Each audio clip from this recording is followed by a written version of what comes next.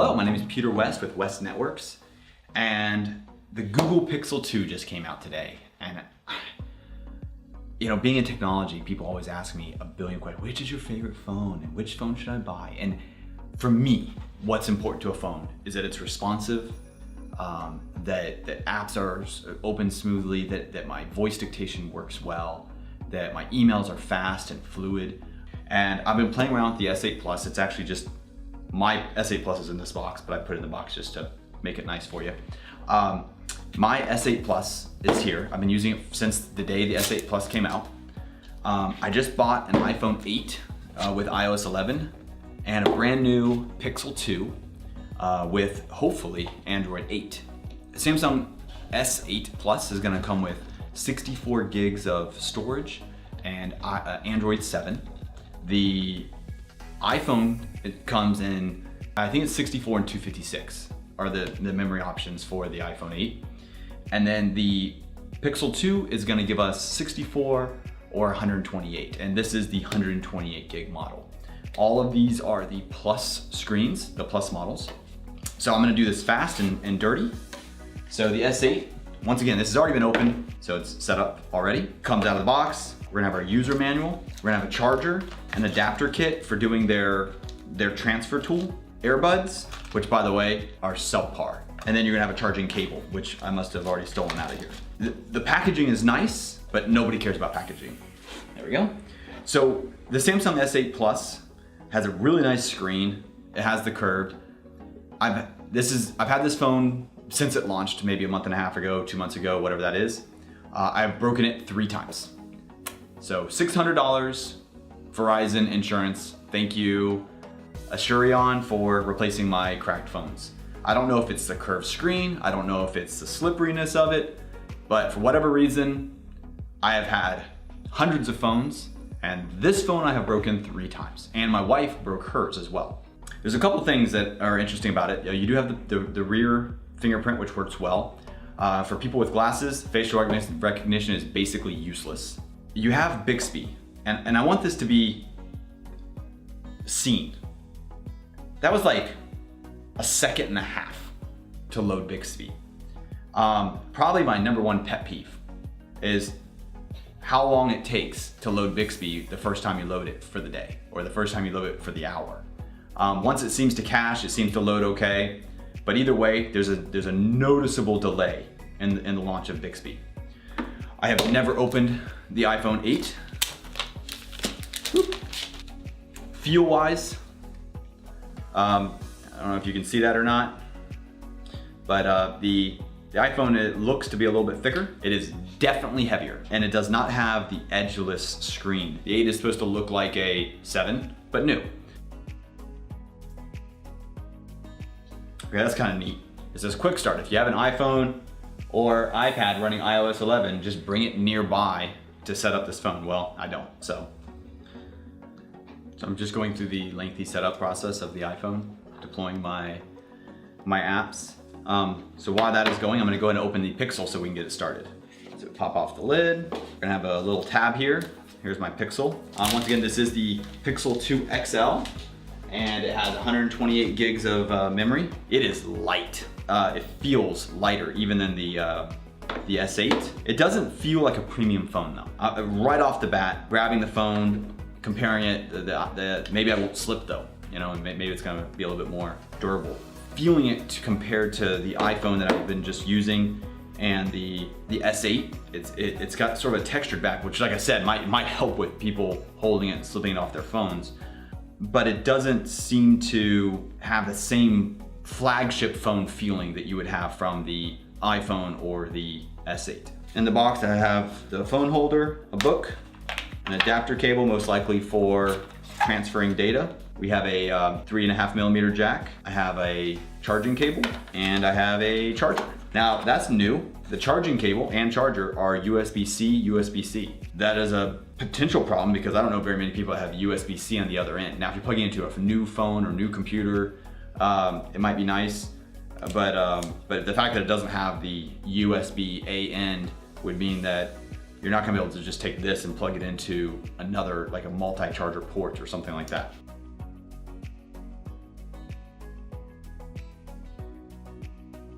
And because I am gonna be running a lot of different processes on these, I'm gonna go ahead and plug all these devices in. This is the Pixel 2, not the Pixel 2 XL. So Verizon gave me the wrong phone. It's so funny because the keyboard is tiny when you're compared to the larger phones. Should not affect the performance, simply just a display issue. So what I'm gonna do is I'm gonna just quickly download Facebook and Instagram. I will say that the iOS seems to be incredibly responsive. I launched App Store and it immediately felt like it opened. The Android phone is sitting here checking for updates. It's so funny because I'm so used to the bigger screens. The Pixel 2 without the XL is very small in comparison. That smaller screen size, it's actually a very nice feeling phone. It's just tiny and it's something that I'm not used to. So I learned something, and I think it's rather important. When you create a contact on Android, it does not save it to like Exchange. Like for example, on an iOS, when you set up your contacts and synchronization, it sets up as your default environment. On Android, it saves it to the phone. And then it backs up to like Google and stuff like that.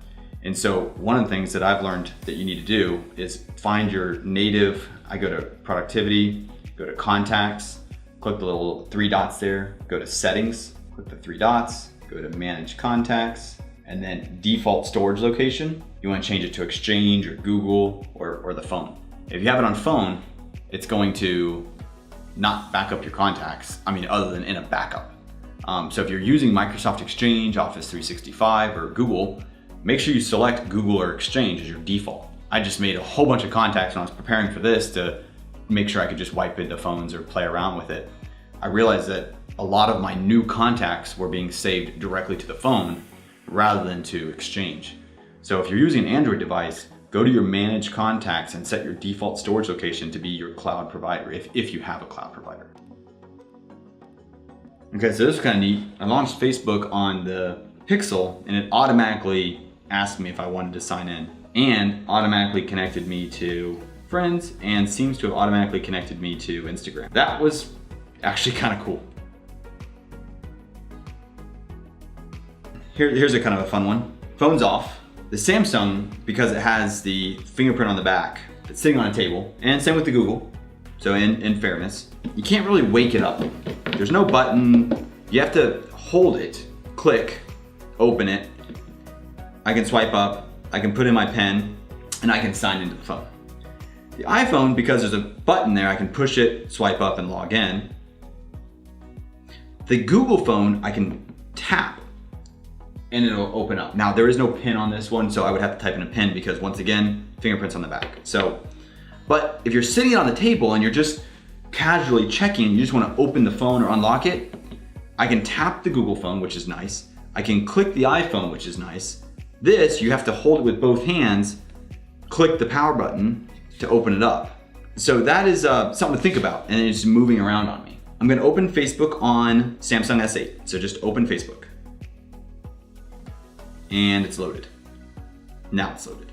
So I'm gonna open Facebook and it's loaded. I'm gonna open Facebook on the Pixel and it's loaded. So that's just one thing there. So Facebook's now loaded. Let's try Instagram. So I'm gonna open Instagram.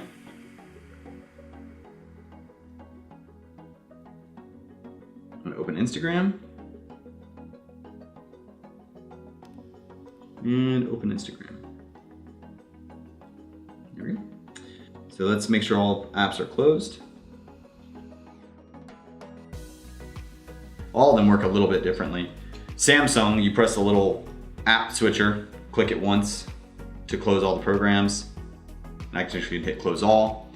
This one you want to tap the square and that'll let you see most recent pictures. You have your back. The iPhone, you double tap the home button and it'll show you all your apps. So everybody has all their apps closed. So let's open an email and send an email to Matthew and just say hi. So open mail, new message, M-A-T-T, oops, Matthew, hi, send. And there's a little bar going across the top, and there it's sent. Open, create mail. So that was already easier, it's one step, right? New mail, or just a little plus. M-A-T-T-T, Matthew, hi, send. And I heard a little swish, double tap, Gmail, new, M-A-T-T.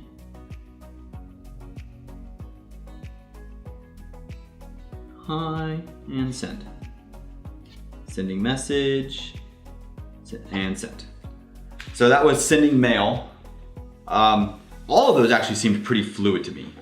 They all seem to work pretty well. So I'm gonna open up my contacts, productivity. Oops, sorry. We go to contacts. I'm gonna find Matthew. I'm gonna call him. And it's ringing, so hang up.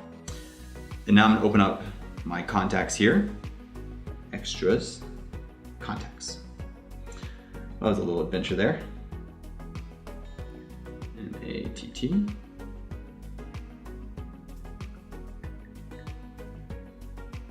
And call. Mobile.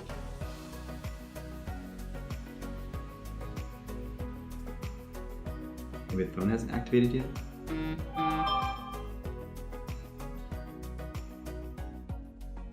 Oh, no, it didn't. That took a long time. Let's do another test of that because that just seemed odd. So I'm gonna open up contacts, grab Matthew, call it.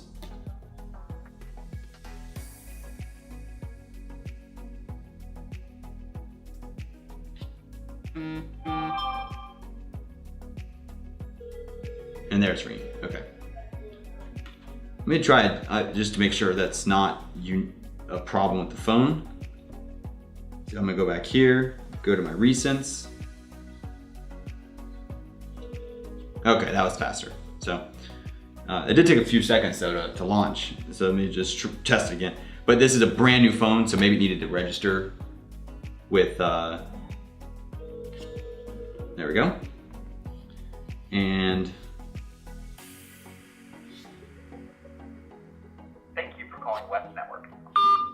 that seemed to work. Let's post a picture to Instagram. So, boom, Instagram, boom, photo, picture, boom, boom. Uploading a picture of the Samsung S8, the iPhone 8, and the Google Pixel 2 using the Samsung S8. So using voice dictation there. And so upload a picture of the Samsung S8, the Samsung S8, the iPhone 8, and the Google Pixel 2 using the Samsung S8. So open up the iPhone, open up that, hit plus, go to photos, take a picture.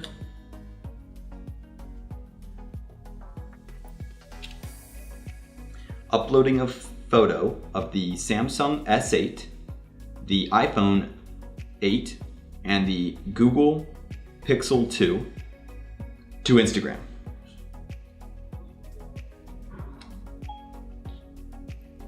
So what iPhone got on this was moving a photo of Graham from Casey, the iPhone, and Google people to commit. I said the same thing on both of them. And that is what I got. Let's try the Pixel. Launching the app, hit a plus, hit allow, take a photo. Now the Pixel supposedly has one of the best cameras according to some QU appy thing that Google has rated for photo people.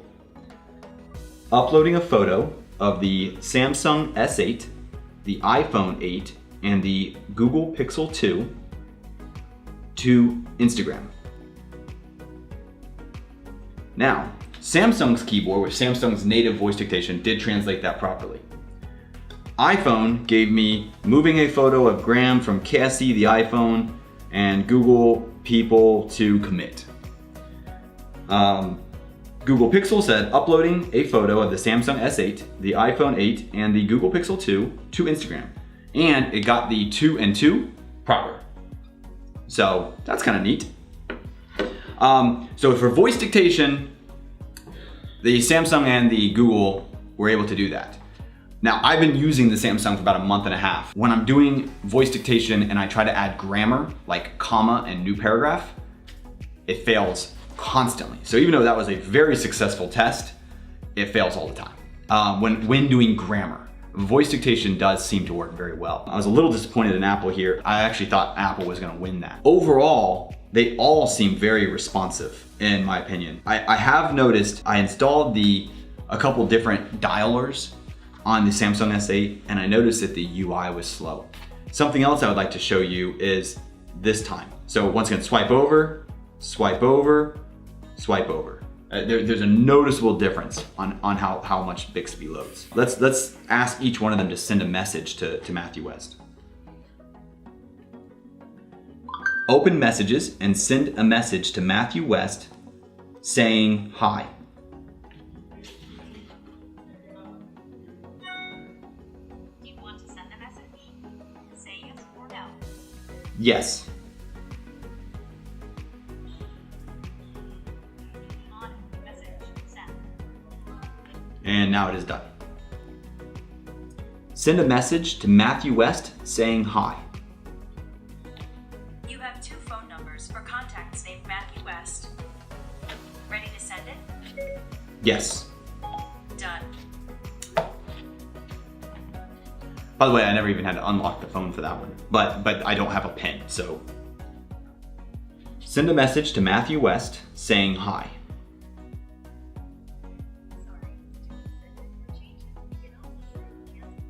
Send it.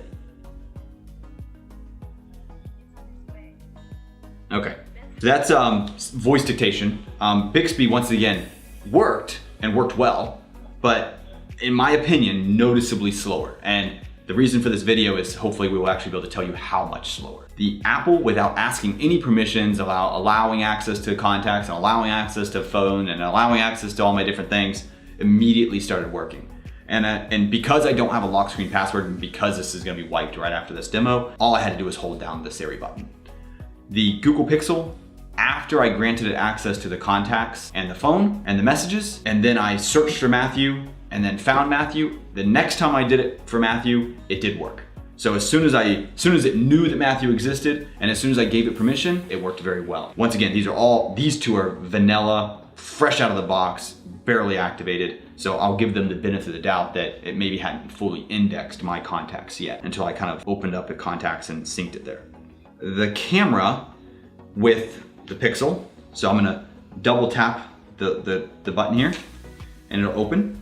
So that's taking a picture. So from off to picture, let's do that again. So off, double click, picture, take picture. Okay? The iPhone, so I'm gonna turn on the phone, swipe right, take a picture. The double click power, take a picture. Now, I bet you we could even visually capture how much faster that was. So this one's off, click, click. Off, click, click. Off, click, click. I feel like this one loaded significantly faster. This one, once again, you have to activate the phone, swipe. It is very fast. I mean, and it's very fluid. Swipe, and it's on. So if you're trying to take a really quick picture though, watch this. Oh no, I need to take that picture. Boom, there it is, picture taken. So I noticed when I go to delete an email, I swipe to delete, and then it kind of like hangs out there for a little while, like a long while. And so when you're swiping and trying to delete a lot of emails, you start accidentally deleting the wrong emails, because what happens is I go swipe delete, and then if I want to delete another email, swipe delete, it moves them up, and then, oh, see, like it just moved. And so you lose where you're at trying to delete emails. Like, so if you're cleaning your inbox, you're like delete, delete. Like you have to start at the very top, delete, delete, delete, delete, because then it compresses them after the second one. On the iPhone, if I delete an email, let me see if I can find one to delete. Here we go. Delete, delete, delete. I mean, that was very, very fast and smooth. But it was almost instantaneous, and it doesn't mess you up. As soon as you hit to acknowledge delete, it was deleted. So if I open up my Gmail here and swipe, archive, yeah. Archive. So very fast, very smooth. And opening the app was actually very fast and very smooth. And when I open this one, it kind of like sits there and like, and this one, open up and it's checking done. And that's like done. And I can pretty much just swipe to archive these emails. Nice phone and opinions. My opinion, beautiful phone.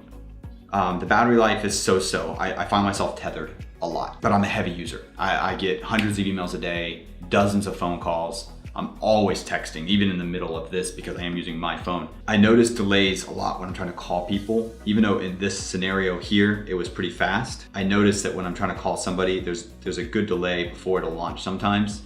I don't know if that's when the phone's not plugged in, or when it's hot, or when the battery's low. But even plugged in for this entire video, I'm at 77%, and that one's charged up. So when you're plugged into a fast charger, it does charge a lot, but I've noticed this, and I've noticed this on my S7 that I had prior to the S8, that the battery life after a couple months, it seems like the battery life just gets progressively worse and worse. I find myself always tethered. I have a 60,000 milliamp hour battery pack that I keep with me and keep it plugged in. Overall, I think that the iPhone and the S8 feel like flagship phones. They're sturdy, they're beautiful, they're very nice and easy to hold. A little slippery. The glass backs make them slippery. But when you're paying $1,000 or nearly $1,000 for a phone, you want something that feels like it's worth $1,000. And I feel like that both companies have done that. iPhones, in my opinion, it's a nicer processor, has a few nicer specs than the iPhone 7, but it's no different than iPhone 7. I had an iPhone 7 for about a year, and I do like how smooth the operating system is. The apps just launch, the pictures just work, and if you plug in like Google Photos to it, you get some really nice functionality with photography, in my opinion. The Pixel, the phone is faster, in my opinion, from a very fresh look off the start than the Samsung S8. After a month of usage, do the apps crash? And is it still faster? And I will let you know when the iPhone 10 comes out and I get it. I will do the same demo with my production Pixel 2 that will eventually be the XL, because I'm gonna go swap it out right after this video, and I will compare them again. And once again, I don't have any games on here, no rooting, no hacking. This is a Samsung S8 Plus with some social media apps, Office 365, Site 24/7, and a voice over IP phone app that I use called 3CX. I will install those same applications on here. I will use this app for a month. And then I wanna see, does Site 24/7 app lock up? Does Instagram lock up? What do the photos look like after a month? And when the iPhone X comes out, I will be replacing this phone with the iPhone X, and I'll do the same review. What I do notice is the Samsung S8 is pretty to look at, it's nice to hold, it feels reliable. The iPhone 8 feels like an iPhone 7 to me, which once again, you know you're getting a reliable phone when you get an iPhone 8.